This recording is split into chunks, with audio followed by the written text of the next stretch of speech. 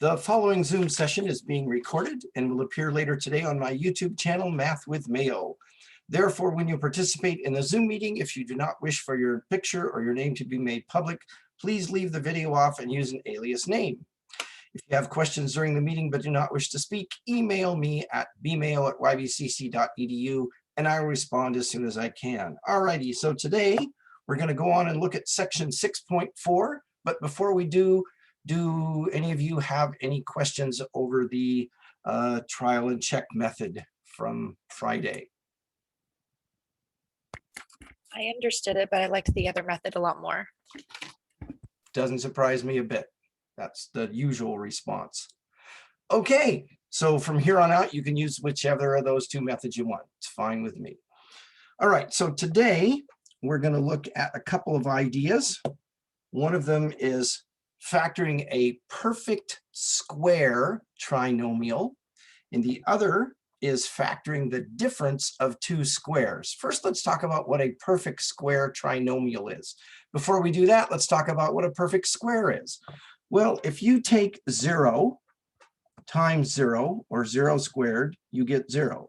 If you take 1 times 1, or 1 squared, you get 1. If you take 2 times 2, or 2 squared, you get 4. 3 times 3 squared, you get 9. 4 times 4 squared, you get 16, etc. These numbers here are called perfect squares. What makes them perfect squares is that they have two identical factors. All right, so a perfect square trinomial, let's say we've got x squared plus 6x plus 9. When we factor this trinomial, we get x plus 3 times x plus 3, or x plus 3, the quantity squared. Because this trinomial has two identical factors, it is called a perfect square trinomial. Okay, so if the two factors aren't identical, then the trinomial is not a perfect square. But if they are, then it is a perfect square trinomial. Let's see here. Let's take a look at this trinomial. X squared plus 14x plus 49. And let's look at this one. 9y squared minus 30y plus 25. Okay, now, if we factor this first one, we get x plus 7 times x plus 7, or x plus 7 squared. If we factor the second one, we get 3y minus 5 times 3y minus 5, or 3y minus 5 squared. I'm skipping the whole process of factoring, and I'm just getting to the results because what I want you to see is this. What are the characteristics of a perfect square trinomial? How can we tell just looking at it, looking at the original trinomial? Well, there's several things. First of all, the first term and the last term have to be perfect squares within themselves. X squared is x times x, or x squared. 49 is 7 times 7, or 7 squared. 9y cubed is 3y times 3y, and 25 is 5 times 5, or it could be negative 5 times negative 5. The second thing is that there has to be a plus sign in front of the last term, because as we see here, plus times plus gives you plus, but minus times minus also gives you plus. Now, there are other characteristics. I'm not going to go into them because in the past I've felt like it was just not, it was a little too complicated to deal with at this stage. It's better to just look for those two ideas, and if those are true, then proceed as if it's a perfect square and see what happens. If those aren't true, if it doesn't start and end with a perfect square and have a plus sign in front of the last term, it can't be a perfect square trinomial. And then you go back to the methods that we've looked at over the last couple of days. So having said that, let's look at some more examples. Let's see here. M squared plus 12m plus 36. So here's a trinomial. It's in standard form. There's no greatest common factor. The leading term is a square. The ending term is a square. and there's a plus sign in front of the ending term. So it would be M and 6 and 6. Since this is positive, these would have to be positive. Does that give me M squared? Yes. Plus 36 at the end? Yes. Plus 12M in the middle? Yes. So it's a perfect square trinomial having two identical factors. Any questions about that example? Okay, let's take a look at another one. 121 plus 4x squared plus 44x. Well, the first thing we need to do with this trinomial is put it in descending powers, or standard form. So we'd have 4x squared plus 44x plus 121. Well, let's see. Trinomial, standard form, no greatest common factor. 4x squared is a perfect square, so we'd break it apart 2x and 2x. 121 is a perfect square, 11 and 11, and there's a plus sign in front of it. The middle term is a positive, so we'd have to have a positive and a positive, okay? Well, I've got 4x squared at the beginning and 121 at the end. If I go inside, or let's see, inside and outside, I get 22x plus 22x is 44x. So this is also a perfect square trinomial, and I could factor it like that or write it like that. Let's see here. How about this one? 9x squared minus 48xy plus 64y squared. This is a trinomial. It's in standard form in terms of x. It has x squared, x, no x at all, descending terms. There's no greatest common factor. 9x squared is a perfect square. 64y squared is a perfect square. And there's a plus sign in front of the 64y squared. So we're going to get 3x and 3x, 8y and 8y. But the middle term is negative, so we're going to have negative. Let's see. That gives us 9x squared at the beginning, plus 64y squared at the end, and we get minus 24xy minus another 24xy would be minus 48xy. So it is a perfect square trinomial, and you could write it like this or like that. Okay, let's take a look at this example. 4x to the fourth minus 20x cubed plus 25x squared. This is a trinomial. It's in standard form. In fact, it starts with a square and ends with a square, and there's a plus sign in front of the last term, but there's also a greatest common factor, so we should take that out first. So we take out the x squared, giving us 4x squared minus 20x plus 25. It still starts with a square, it ends with plus a square. So we'd have 2x, 5 and 5, but it would have to be minus. So here's my 4x squared plus 25, and here's minus 10x. Minus 10x is minus 20x. So it's going to look like that, or you could write it like that. Any questions there? Well, what if you've got a trinomial and it's not a perfect square? Well, then you'd go back and look at the methods we looked at, 6.3, part 1 and part 2, factoring by grouping or trial and check method. But it doesn't take that long to see if it's a perfect square. And if it is, it's easier to factor using just the process we've been going through here. Okay. Any questions before we go on? So that was perfect square trinomials. Now we're going to look at the difference of two squares.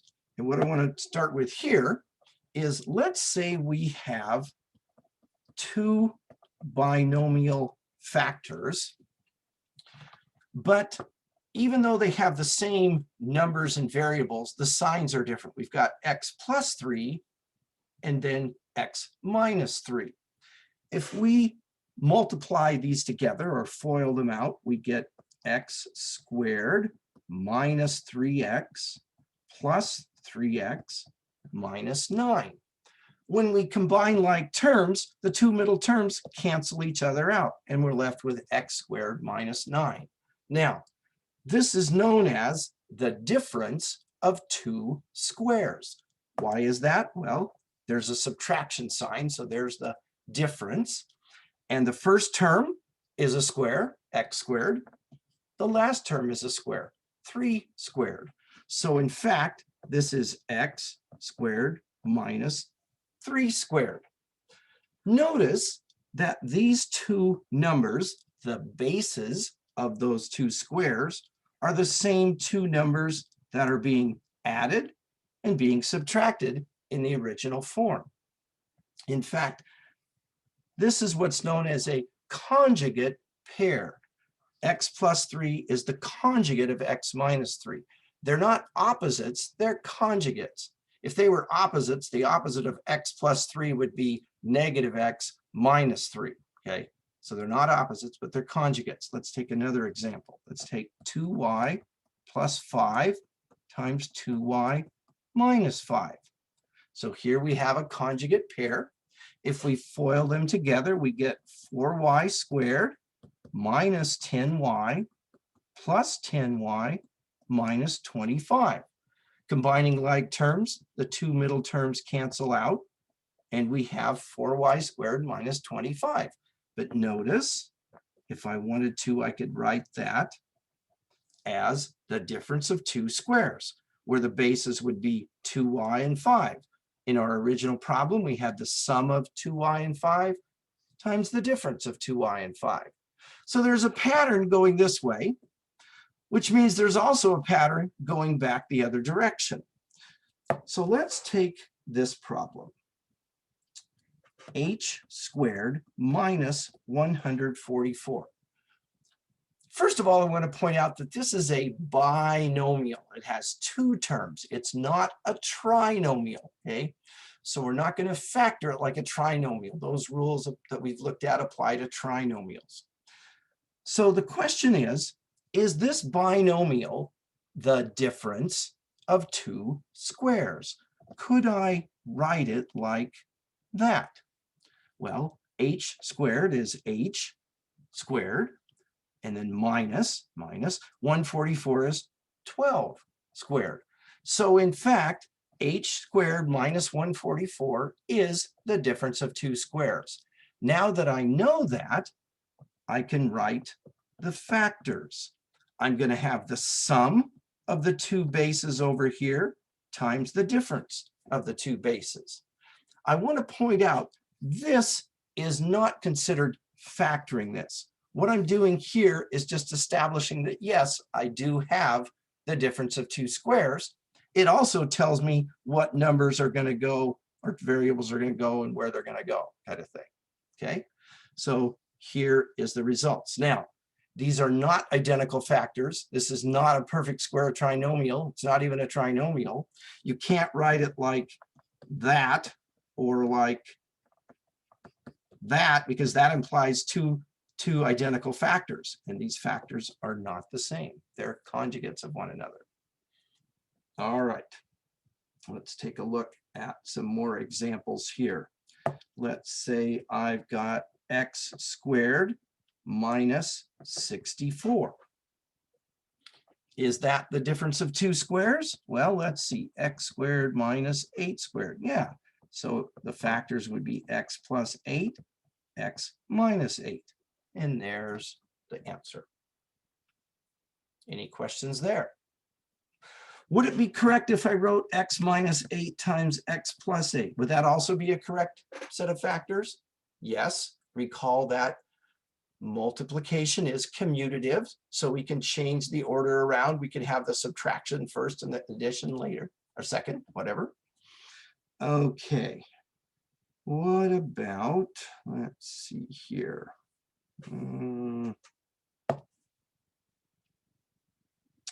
49d squared minus 16. Okay, let's see here. I'd have 7d and 4, right? So this would be 7d plus 4 times 7d minus 4. Now, some of you might be thinking, why do I bother to do that? Why don't I just go straight to the answer? I could, but what I've had in the past is I've had students go straight to the answer, and sometimes they'll do things like this. They'll put a 16 there, and they won't split it up into a square or into factors of a square. And so, because this is wrong, it should be what, a 4 and a 4.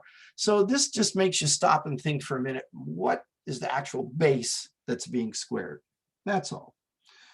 All right, now, what about this? X squared minus 27. Well, let's see here. That would be an X. What times itself is 27? I can't think of an integer or even a fraction. So this is not the difference of two squares. Is there a greatest common factor I can take out? No, there's really nothing I can do. So this is prime, okay? So this is a binomial, but it's not the difference of two squares. There's no greatest common factor. It's prime, okay? What about this situation? Let's see here. I've got 2a squared minus 200b squared. Well, this is a binomial, and there's a subtraction sign in the middle, but I can't, 2a squared isn't really a square, and neither is 200b squared. But wait a minute. I should have taken out the greatest common factor first. Now, what we've got what? A squared minus 10b squared. So this is going to be a plus 10b, a minus 10b. So you always want to look for a greatest common factor before you make a judgment call in terms of, is it the difference of two squares? It might be eventually, but maybe not immediately.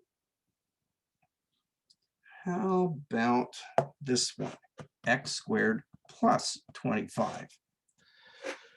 Well, this isn't the difference of anything. It's the sum of two squares. It's x squared plus 5 squared, but it doesn't factor.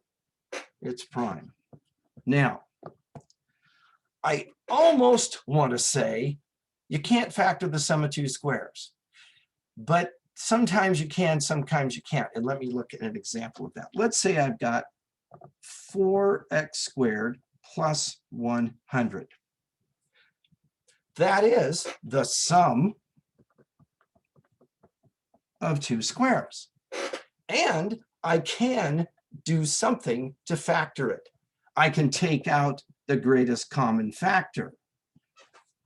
Once I've removed any greatest common factor, the sum of two squares doesn't factor further. However, it would be incorrect to say that this is prime because we did factor it. We took out the greatest common factor. So once you've removed any greatest common factor, if you have a binomial that's the sum of two squares, it does not factor further. Okay. Let's see here. How about this situation? I've got 81 y to the 4th power minus 100 z squared. This is a binomial with a subtraction sign in the middle. Let's see if that's the difference of two squares. Well, 81 would be 9 squared. Y to the 4th would be y squared squared. 100 would be 10 squared, and z squared would be z squared. So I've got 9y squared plus 10z, 9y squared minus 10z. And there we have it, the difference of two squares. Any questions there? Okay, how about this one? X cubed minus 144x.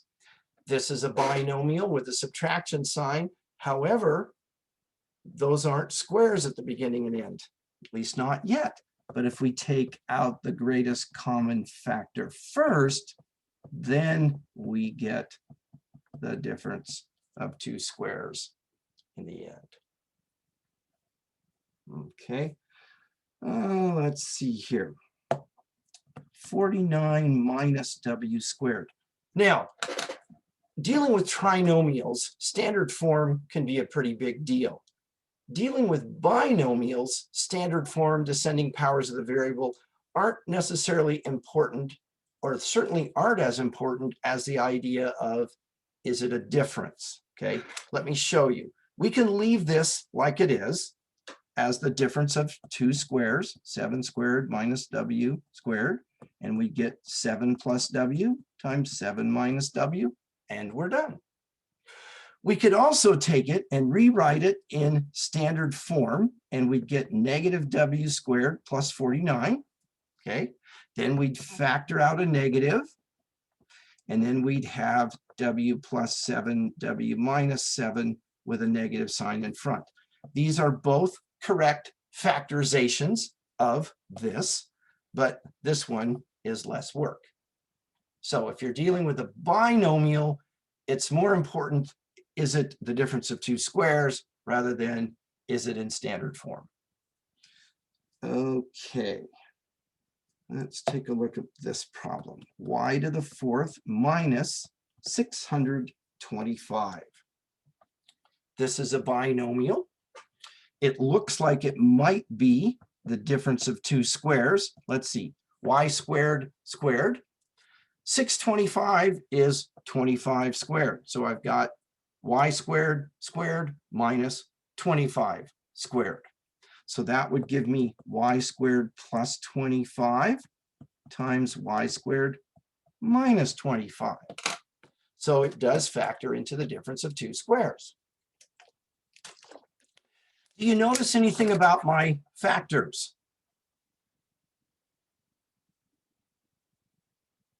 Well, I'll tell you then. This is also the difference of two squares. This one, however, is not. So I can't factor that any further, but this could become y plus 5, y minus 5, because it is y squared minus 5 squared. And there we go. So we want to make sure we've factored it as completely as we can. Okay. Let's see here.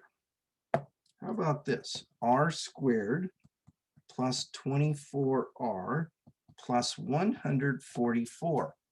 Well, this is not a binomial. So now we're back to that first thing we looked at. Is this a perfect square trinomial? Well, it's in descending powers, or standard form. There's no greatest common factor.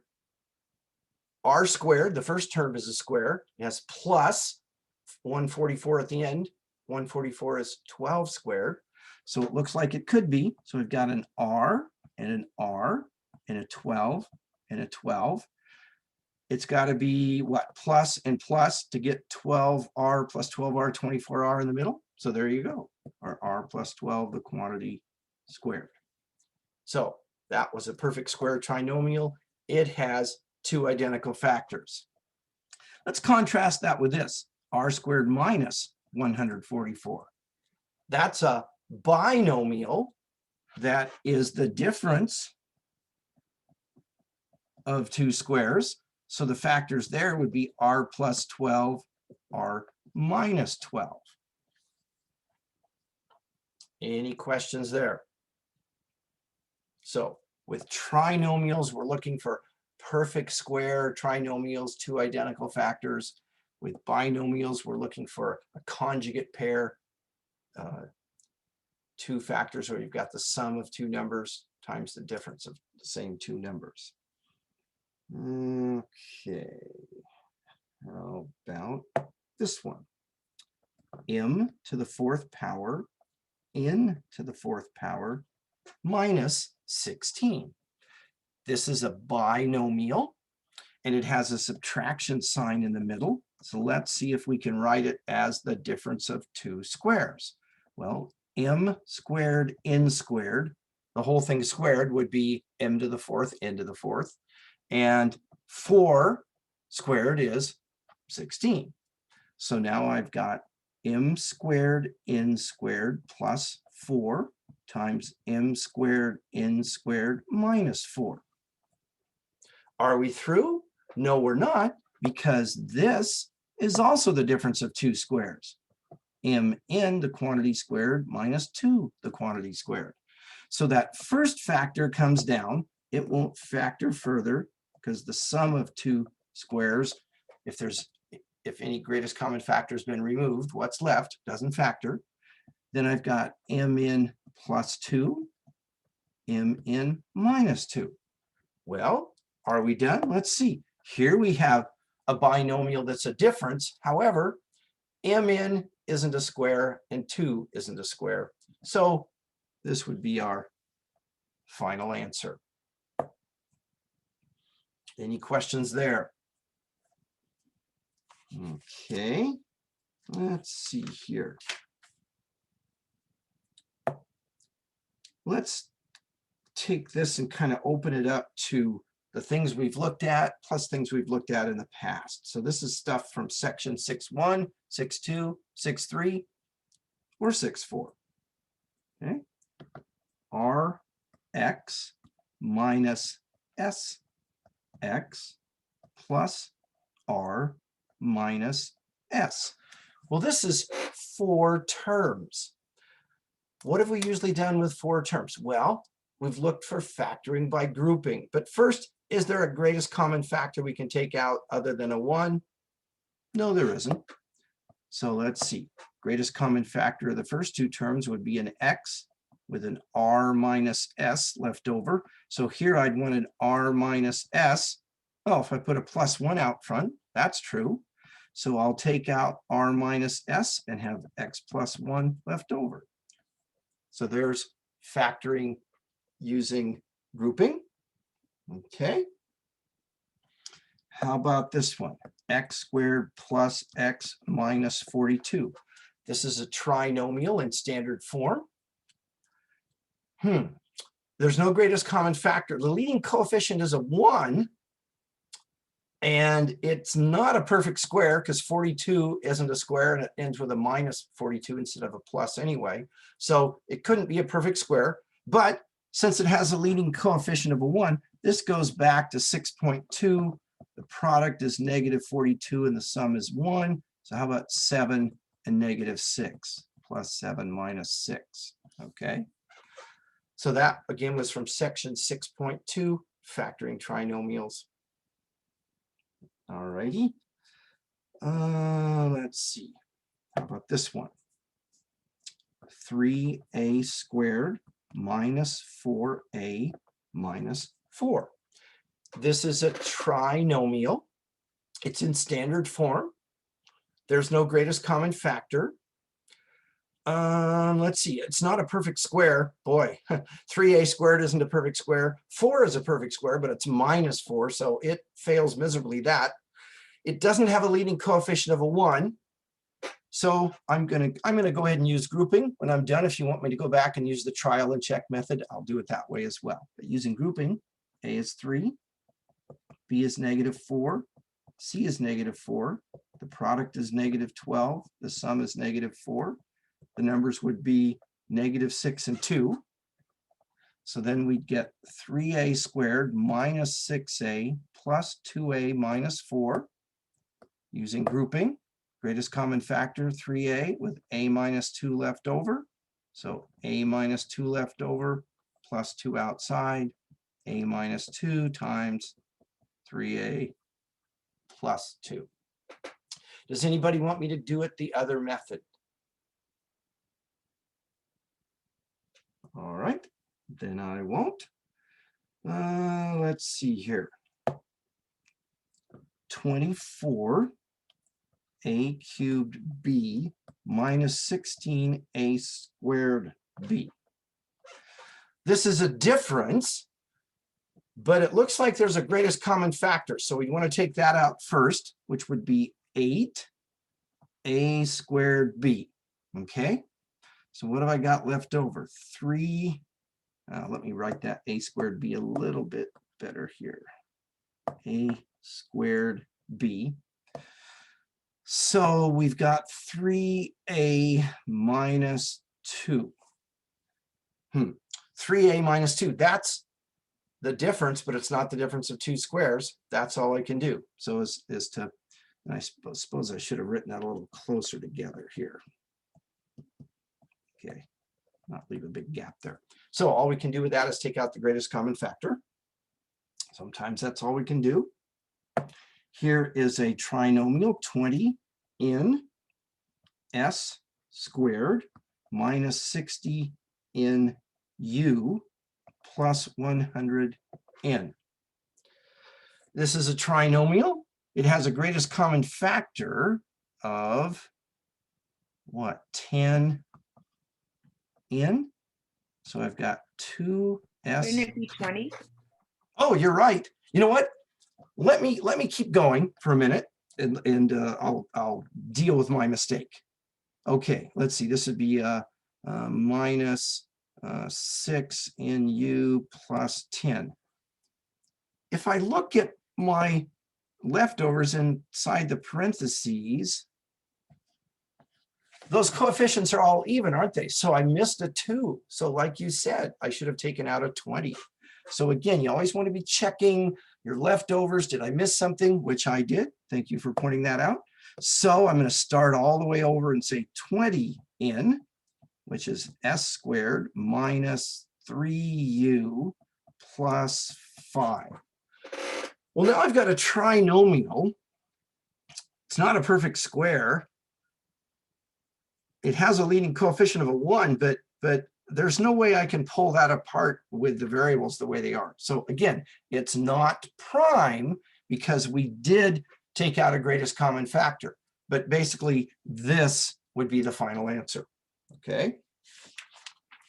Let's see here. Let's take a look at this one. 2y squared minus 128z squared. This is a binomial. What should my first move be? Greatest common factor, Which is? 2. Great. So we've got y squared minus 64z squared. So I've got what? Y squared minus 8z squared. So y plus 8z, y minus 8z.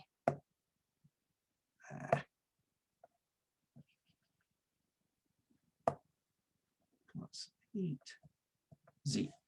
Oh, this is a binomial. Can I factor that further? No, it's a subtraction, but it's not the difference of two squares. So there's my final answer. How about this one? A squared minus 4ab minus 12b squared. This is a trinomial. Is it in standard form? Yes, in terms of A. You could turn it all around and make it in standard form in terms of B, but if it ain't broke, don't fix it. It's not a perfect square because of the 12, plus it's got a minus 12, so it's not a perfect square, but it does have a leading coefficient of a 1. Oh, we've got to have b's at the end. So the product would be negative 12 and the sum would be negative 4. So negative 6 and 2. So a minus 6b times a plus 2b. Let's check our work and make sure that's correct. A times a is a squared. A times 2b is plus 2ab. Minus 6b times a is minus 6ab. And minus 6b times plus 2b is minus 12b squared. Combining like terms, a squared minus 4ab minus 12b squared. And so it checks. And there we have it. Any questions about that? All right. So for tonight, you've got section 6.4 as homework. I'm going to go ahead and stop the recording.